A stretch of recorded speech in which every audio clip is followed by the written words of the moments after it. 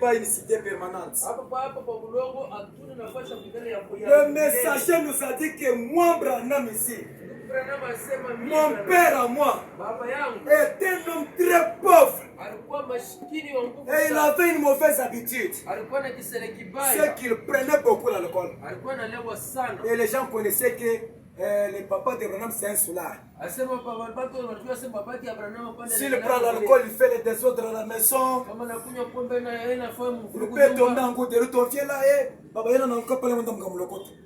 peut tomber en cours de route, on vous dit allez prendre votre papa là-bas, il est tombé. C'est ça l'habitude qu'avait Charles Branham. C'est comme ça, mais écoutez ce que Branham nous dit. Branham dit que j'ai d'abord honte de vous dire ça. Mais peu importe ce que mon papa avait fait, même s'il prenait l'alcool, même s'il était un vaurien, même s'il était un pauvre, il est toujours mon père. Et personne ne peut pas le remplacer. Amen, amen. J'espère que nous sommes là. Chacun connaît ce qu'il parle à son papa. Chacun connaît ce qu'il parle à sa maman. Même si ton papa est sorcier, même si c'est un aventurier, mais c'est Dieu qui t'a envoyé naître à travers cet homme-là. Ne fais pas Dieu impoli. Ne fais pas Dieu ignorant. Il connaît ce qu'il a fait. Ils sont toujours des parents. Le messager nous a dit, maintenant que mon papa est déjà mort, mais il est toujours mon papa. Il a dit, jeune homme, jeune femme, si par la grâce de Dieu, vous avez encore un père et une mère en vie, honorez vos parents, respectez vos parents, parce que la Bible a dit, un enfant qui ne respecte pas ses parents sera malheureux et ne fera pas longtemps sur la terre. Des fois tu souffres, tu traverses un moment difficile, on te prophétise que ce sont les sorciers, mais tu ne contrôles pas bien ta vie pour voir peut-être que c'est une malédiction sur base de ce que tu avais fait. Amen, amen. C'est ce que nous sommes en train de parler. Et aujourd'hui, nous ajoutons une brique de plus. Nous sommes dans le livre d'Hébreux chapitre 12. Au verset 14. La Bible dit ceci. Recherchez la paix avec tous et la sanctification, sans laquelle personne ne verra le Seigneur. Veillez à ce que nul parmi vous ne se prive de la grâce de Dieu. Il faut vivre en paix avec tout le monde. Parce que sans la paix, aucun de vous ne doit plus recevoir le Saint-Esprit. Amen, amen. La Bible continue. Vous allez bien veiller. Contrôlez-vous très bien. Afin que votre attitude ou votre comportement ne vous amène pas à manquer la grâce de Dieu. Par quelle habitude? Que nul ne pratique, que nul ne puisse avoir la racine d'amertume dans son cœur. À partir d'une racine d'amertume, quelqu'un peut rater la grâce du Seigneur. Quelqu'un peut manquer le Saint-Esprit. Quand il y a une racine d'amertume. Amen, amen. Le messager nous a dit ceci. Une colombe, on nous a caractérisé ça. C'est un oiseau qui est créé d'une façon différente. Une colombe, c'est un oiseau qui ne mange pas les choses pourries. Mais la colombe doit toujours atterrir dans une plante qui a des bons fruits. Et la colombe profite de manger les fruits qui ont des semences. Amen, amen. Vous ne trouverez pas une colombe mâcher les fruits et puis descendre, commencer à manger les choses pourries. Ce n'est pas pour rien que Dieu s'identifie dans cet oiseau-là. Il est le créateur de toutes choses. Posez-vous la question, pourquoi Dieu ne s'est pas représenté dans un coq, mais il se représente dans une colombe? Puisque c'est un oiseau qui a une bonne nature, qui a la nature de Dieu. Amen, amen. Le messager nous a dit, ce qui fait que la colombe ne mange pas les choses pourries, c'est que Dieu a créé une colombe de façon qu'elle ne puisse pas avoir la bile. Voyez, parce que quand vous tuez un coq, vous trouverez qu'au niveau de la foie là, il y a une poche comme ça. Dans cette poche-là, il y a un liquide vert. Et ce liquide vert est amer. C'est ce qui fait quand le coq mange quelque chose, le liquide là descend dans l'estomac. On décompose la chose qui était pourrie là pour que cela soit le caca. Mais une colombe, nous sommes les hommes de brousse, nous avons déjà vu même les caca de colombe. Elle fait le caca, c'est toujours des mêmes semences qu'elle avait mangées là. Vous ne trouverez pas ça décomposé. Amen, amen. Puisque la colombe n'a pas de digues. Voilà ce qui fait qu'une colombe ne peut pas manger les choses pourries. Mais quel est cet oiseau-là? Spécialiste en des choses pourries. C'est le corbeau. Et le corbeau représente l'esprit du diable. Vous le trouverez dans des hôpitaux en train de manger des choses en désordre, des histoires comme ça. Amen, amen. Et si Dieu nous a identifiés à être comme des agneaux, c'est parce que l'agneau a la même nature avec la colombe. Que Dieu vous bénisse. Amen. Suivez-moi attentivement, nous insérons quelque chose. A la même nature avec la colombe. Peut-être c'est ce que nous sommes en train de parler. Quelqu'un peut rater l'esprit du Dieu. Parce que la colombe, comme elle n'a pas de bile, elle ne peut pas descendre en toi aussi longtemps qu'il y a encore le billes spirituel en vous. Amen, amen. Nous sommes dans l'âge de l'église de Smyrne. Paragraphe 100. Le messager nous dit ceci. Et cette église de Smyrne, le nom Smyrne est appelé ou signifie amertume ou soit racine d'amertume. C'est ce qu'on appelle Smyrne. Si vous prenez Apocalypse chapitre 2, vous comprenez qu'on a identifié les sages de l'église. Mais nous trouvons qu'il y a un âge qui s'appelle l'âge de Smyrne. Le messager nous dit que le nom Smyrne là signifie amertume. Amen, amen. Et tous les gens qui ont vécu pendant cet âge-là étaient ceci par l'esprit d'amertume. Le messager dit ceci. Ne voyez-vous pas, mes amis, que ce glorieux mouvement de Pentecôte qui avait réellement la vie quelques années avant, ne voyez-vous pas maintenant que ce chant des églises de Pentecôte sont loin de Smyrne, sont loin d'amertume. Amen, amen. Nous sommes les chrétiens. Nous avons les dons. Puisque la Pentecôte, c'est la restauration des dons. Tu peux venir dans une église. Quelqu'un s'élève. Oui, je vois. Ma fille, je vois ça. Je vois ça. Correct. C'est ça la Pentecôte. Malgré tout ce qu'il a fait là. Mais quand même, il est loin de Smyrne. C'est ça l'onction qu'il a reçue. Il est loin d'amertume. Il peut prophétiser. Entrer en onction. Danser en onction.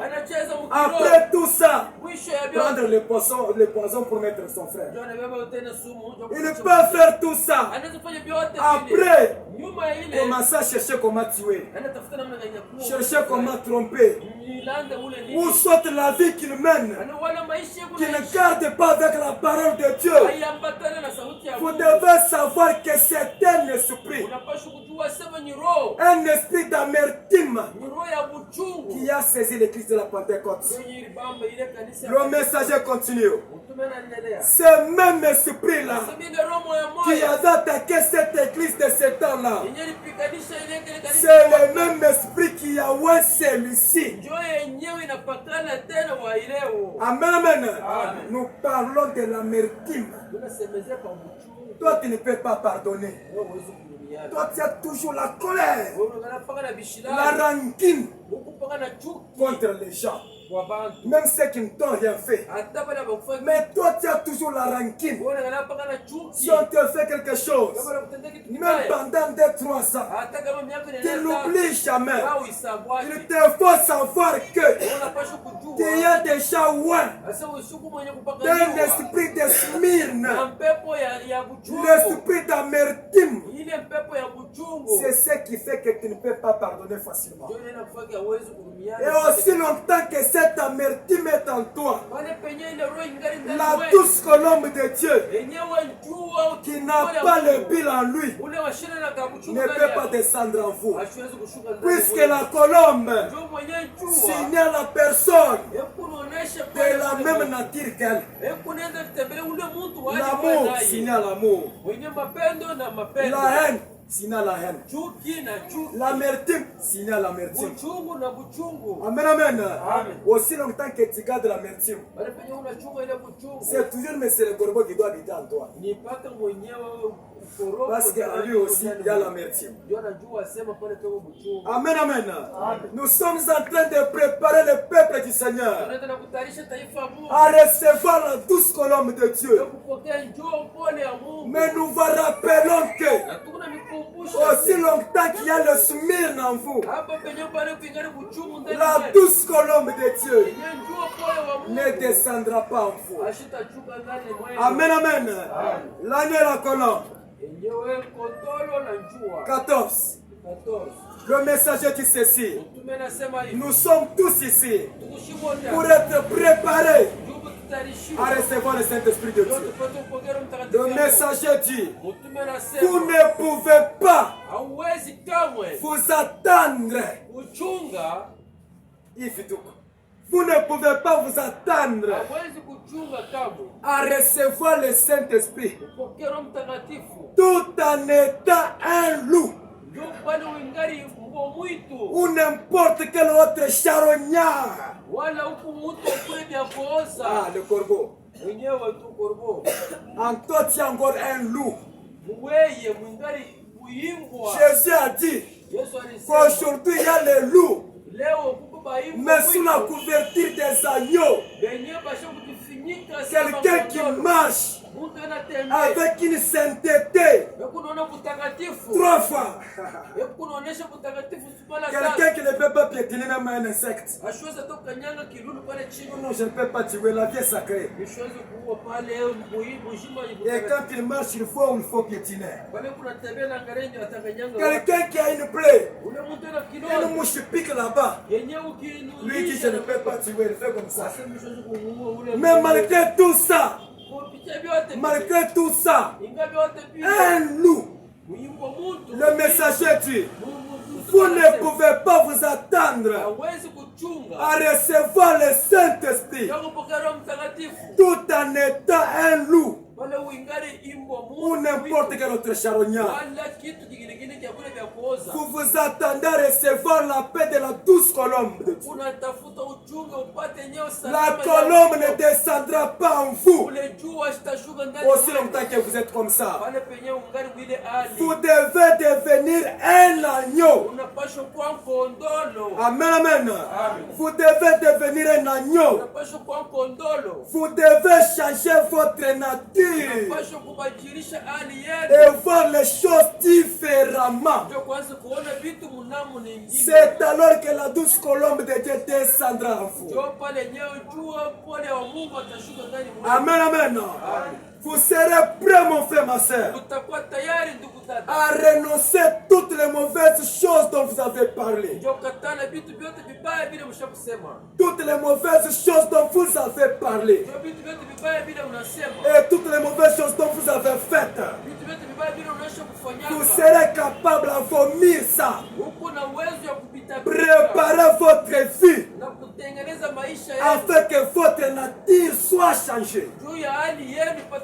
C'est alors que la douce colombe de Dieu descendra. Amen, amen. Nous parlons de l'amertume.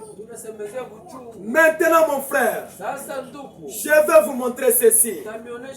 L'agneau de Dieu, le Seigneur Jésus-Christ, était un agneau silencieux. Il n'a pas ouvert sa bouche pendant qu'on le frappait. On l'a même cloué à la croix.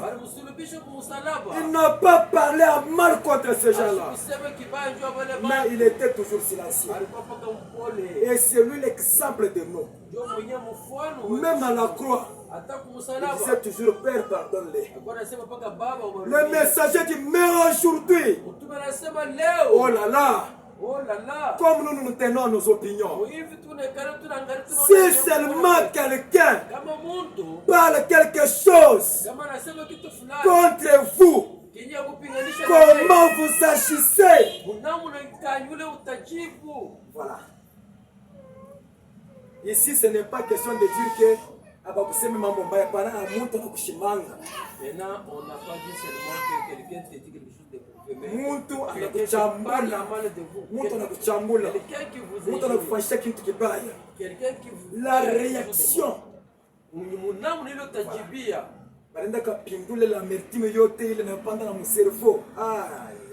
On va ébiliser toute cette amertume là-bas. Moi, tu ne me connais pas. Attendez, tu dois voir.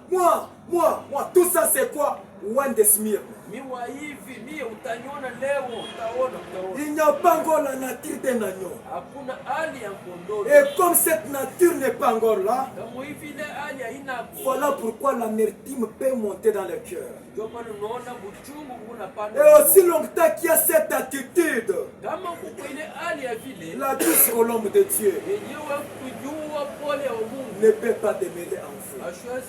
Le messager dit que quand nous avons une telle habitude, et que Dieu nous a créés pour être les agneaux, Dieu sent mal. Dieu n'aime pas cette attitude-là. Il dit, même parmi les chrétiens, les gens se comportent comme ça. Ce n'est pas une bonne chose. Mon frère, ma soeur, l'esprit de la rancune, la racine d'amertume, ce n'est pas un esprit qui vient de Dieu. Et la douce colombe de Dieu, le Saint-Esprit dont nous sommes en train de vous dire, ne peut pas descendre en vous aussi longtemps qu'il y a encore l'amertume. Amen, amen. Il nous dit ceci. Nous devons considérer ces deux oiseaux. L'un c'est la colombe, l'autre c'est le corbeau. Vous ne voulez pas travailler pour recevoir la colombe. Signifie que vous ne voulez pas vous repentir normalement pour recevoir le Saint-Esprit. Vous n'allez pas demeurer comme ça. Soit vous recevez le corbeau, soit vous recevez la colombe. Il n'y a pas moyen de demeurer net. Amen, amen. Puisque soit vous avez la nature d'un agneau, soit vous avez la nature de quelque chose d'autre. Et ces deux esprits entrent dans l'un ou dans l'autre selon la nature que vous avez. Amen, amen. Le messager nous dit ceci. La colombe n'a pas de bile. Par conséquent, elle ne peut pas manger n'importe quoi. Amen, amen. Oh mes frères, quel est ce beau type d'un chrétien? Nous ne sommes pas des païens. Quel est